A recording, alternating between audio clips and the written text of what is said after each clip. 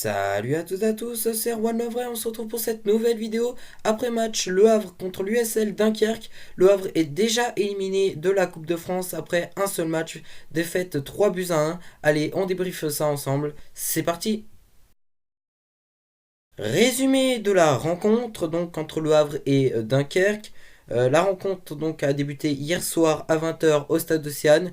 Donc il n'y avait aucun diffuseur, donc même France Bleu Normandie n'a pas commenté le match. Donc je trouve que c'est une honte pour la plus vieille des compétitions françaises que aucune chaîne ne diffuse un match de la Coupe de France, qu'aucune radio nous fait écouter le match et surtout que Google nous informe pas directement du résultat en direct. Bon, c'est pas grave.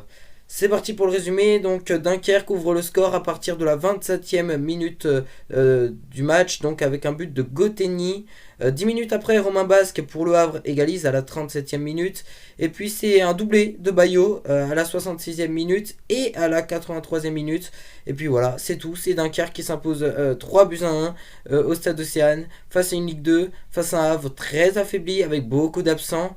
Bon, et c'est parti donc pour notre 100% hack, voilà, un hack très affaibli face à l'USL Dunkerque, enfin très affaibli entre guillemets, voilà, parce qu'il y avait quand même 10 joueurs absents, dont quelques-uns bien sûr qui étaient en sélection internationale. Tino Kadewere est blessé, bon, s'il n'aurait pas été blessé, il aurait joué avec le Zimbabwe en sélection internationale, donc ça aurait rien changé.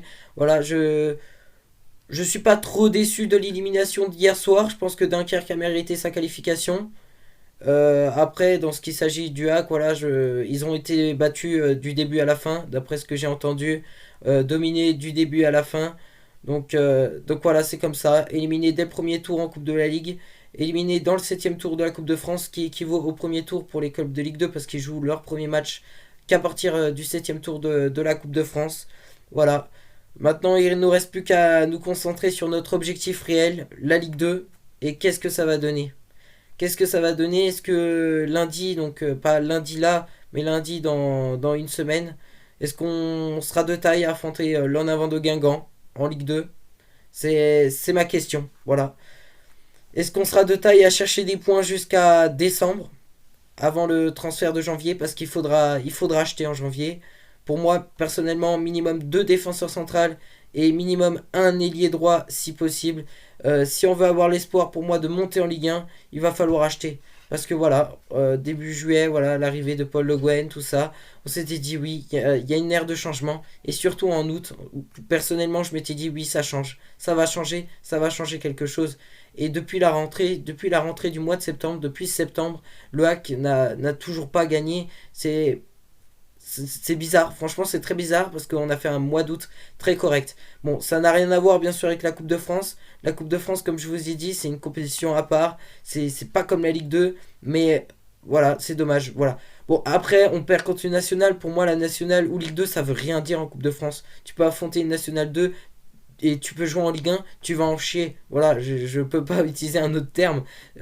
Quand on regarde la dernière finale, une des dernières finales, je me rappelle quand il y avait Paris Saint-Germain vendait les Herbiers ils ont quand même accroché alors que voilà, c'est quand même une équipe de nationale. Donc faut quand même se dire que la faiblesse des équipes, elle ne compte pas trop en Coupe de France.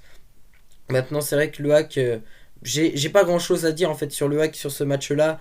J'ai pas visionné la rencontre. Je peux que avoir certains regrets qui est d'une deuxième défaite d'affilée après Sochaux, voilà Dunkerque. Voilà, j'espère que on va se remettre au boulot et surtout de sortir de cette mauvaise spirale. Si je serais Paul Le Guen, donc si je serais Paul Le Guen déjà, euh, j'ai quelque chose à dire donc sur Paul Le Guen, voilà, qui a assumé pour lui seul l'élimination de hier soir. Voilà, il l'a dit dans sa conférence de presse d'après-match qu'il était coupable. Il l'a dit comme ça, je suis coupable de ce qui s'est passé. Donc voilà, déjà bravo à Paul Le Guen. Donc si je serais Paul Le Guen déjà, je m'étais dit il y a quelques semaines, il faut engueuler les joueurs, il faut leur gueuler dessus, c'est pas bien. Voilà, il faut leur dire que c'est pas bien ce qu'ils ont fait. Aujourd'hui, j'ai un petit peu réfléchi, je me suis dit c'est peut-être le moment de les consoler, de leur dire les gars, c'est pas grave, il va falloir se remettre au boulot, il va falloir travailler, il va falloir gagner. Parce que je pense que, à mon avis, il commence à être en manque de confiance. Et c'est là où l'équipe commence à avoir du mal. Et voilà, c'est tout pour cette vidéo. Merci à toutes et à tous de l'avoir suivi. Dans la description, mon Instagram, Erwan Le Havre 76 pour tout ce qui est sondage ou tout simplement si vous avez envie de communiquer avec moi. Et puis moi, je vous donne rendez-vous pas lundi là, mais lundi d'après pour la prochaine journée, pour le prochain match, donc en Ligue 2 entre Le Havre et l'En Avant de Guingamp. Alors j'ai plus qu'à vous souhaiter une très bonne semaine et à vous dire bah, à lundi.